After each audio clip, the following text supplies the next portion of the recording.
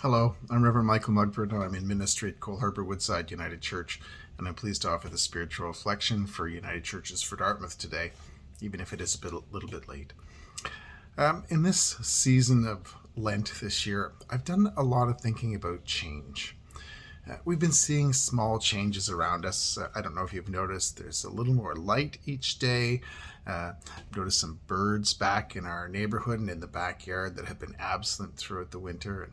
And I've heard people talking about starting to plan for spring planting and looking forward to gardens and warm weather. I'm also thinking about changes in my own life. I have a child graduating from university and heading off into the world in their new job.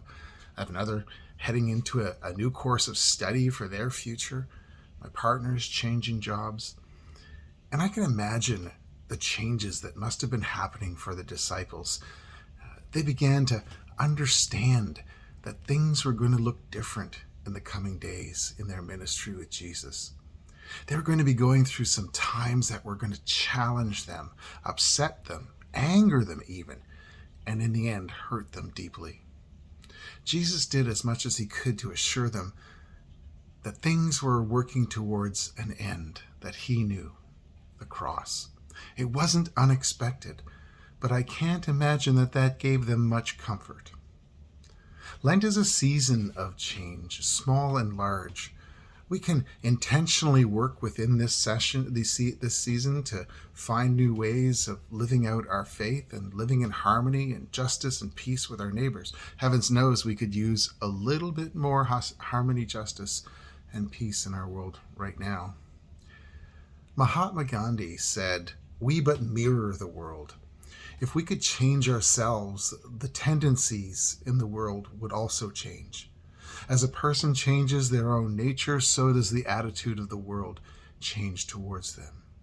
This is the divine mystery supreme. A wonderful thing it is, and the source of our happiness. We do not need to wait to see what others do. End quote. How we change ourselves changes the world. If we're kind, compassionate, and loving towards others without expecting anything in return, even kindness, love, or compassion, we intentionally and with love do what we need to do towards another, what does it matter that it might not come back to us?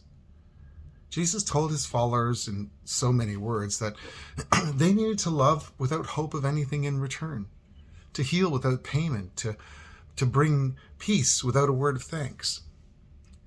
We follow Jesus not for what we will get in the world, but rather we follow because of what Jesus gives to the world. It's not an easy joy, and at times it can be overwhelming. We can be on the end of some real negativity that can drag us down. Lent can be a time for us to face that reality and realization and learn that it is okay if everybody doesn't agree with us or even like us. And that's a really hard one for me. As people of faith, we need to believe in the depths of our very being that we're called to share love, God's love, however we may experience it. Jesus told his disciples that if a community didn't receive their message, to shake the dirt from their sandals and move forward. If we truly want change in the world, in our communities of faith, and in our lives, we're called to risk without reward and to love without price. And Lent can be a time to help us to continue to work toward those habits in our lives. Just some thoughts for today.